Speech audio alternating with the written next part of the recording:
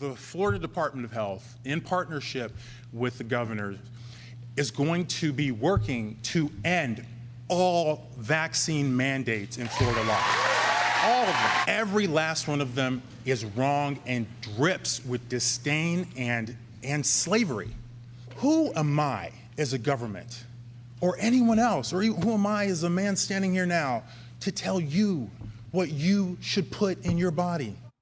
The state of Florida is working to eliminate all vaccine mandates in a move that has drawn some bipartisan pushback, including from the American Medical Association, calling it a, quote, unprecedented rollback. For more on the reaction of Florida's effort, let's bring in Florida Surgeon General Dr. Joseph Ladapo. Doctor, welcome. Hey, thanks so much for having me on. How do you respond to the criticism coming from the American Medical Association? Yeah, where do I start?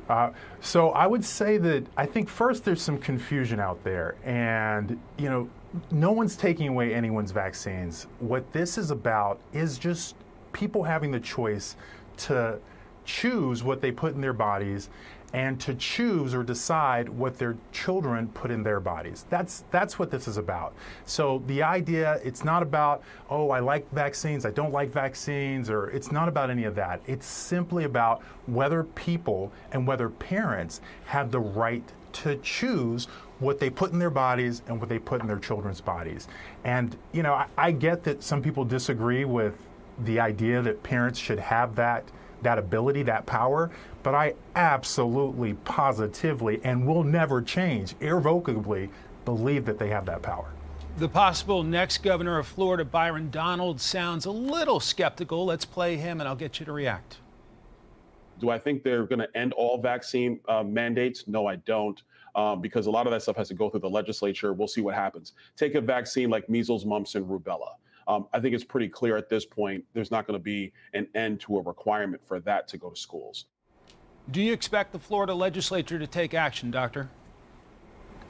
That's a great question. So, I don't know. I don't know what the lawmakers are going to do.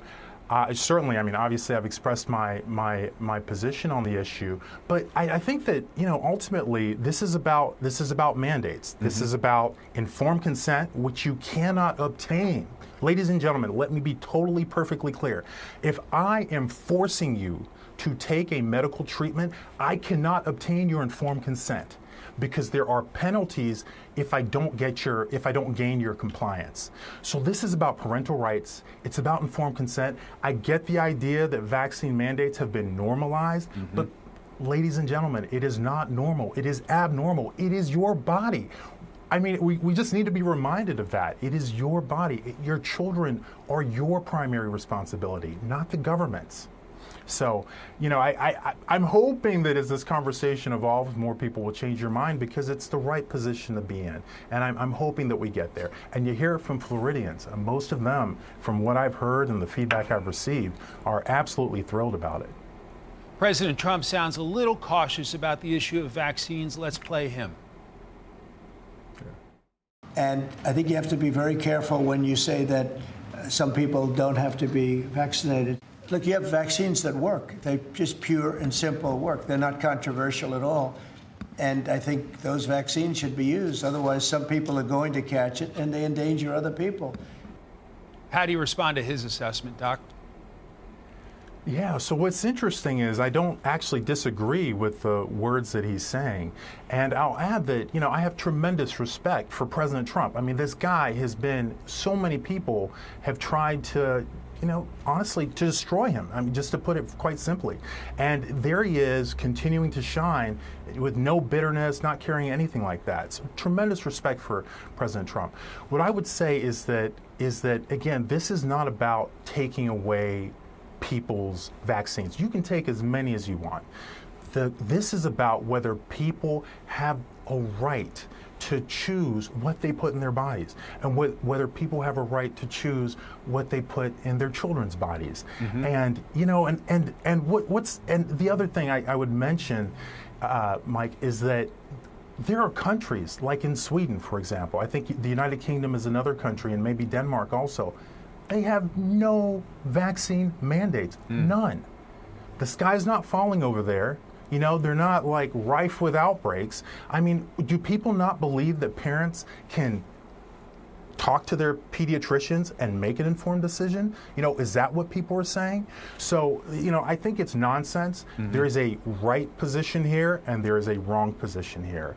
And the right position is very clearly, unequivocally, and absolutely that people and parents have a right to choose what they put in their children's bodies, period. Doctor, there seems to be a splintering in public health with California, Oregon, and the state of Washington forming their own alliance. Do you expect states to go their own way and ignore the feds? Yeah. So we're seeing a lot of that. And, it's good to have a reasonably good memory of what happened. So I used to be a professor at UCLA, and now I'm a professor at the University of Florida. And when I was in California during the height of the pandemic, Governor Gavin Newsom shutting down the states. California, particularly Los Angeles, where I was, and San Francisco might have even been worse, just went in the totally wrong direction. Complete suppression of people's rights, complete loss of common sense. So, if they want to continue that pattern, and they were joined by other West Coast states, God bless them. I mean, I feel terrible for the people that live there.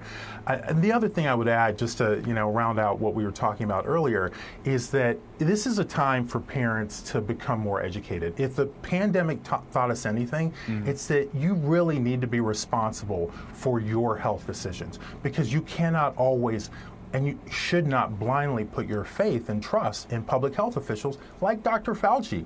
So you look at books like Turtles All the Way Down, or you look at books like Forbidden Facts by Gavin de Becker. And those are books that parents should read, because there's information out there about these important decisions that they are not being provided routinely. So, it all kind of comes together with the past, and the future is informed consent, parents being more knowledgeable. That is the direction that we should go.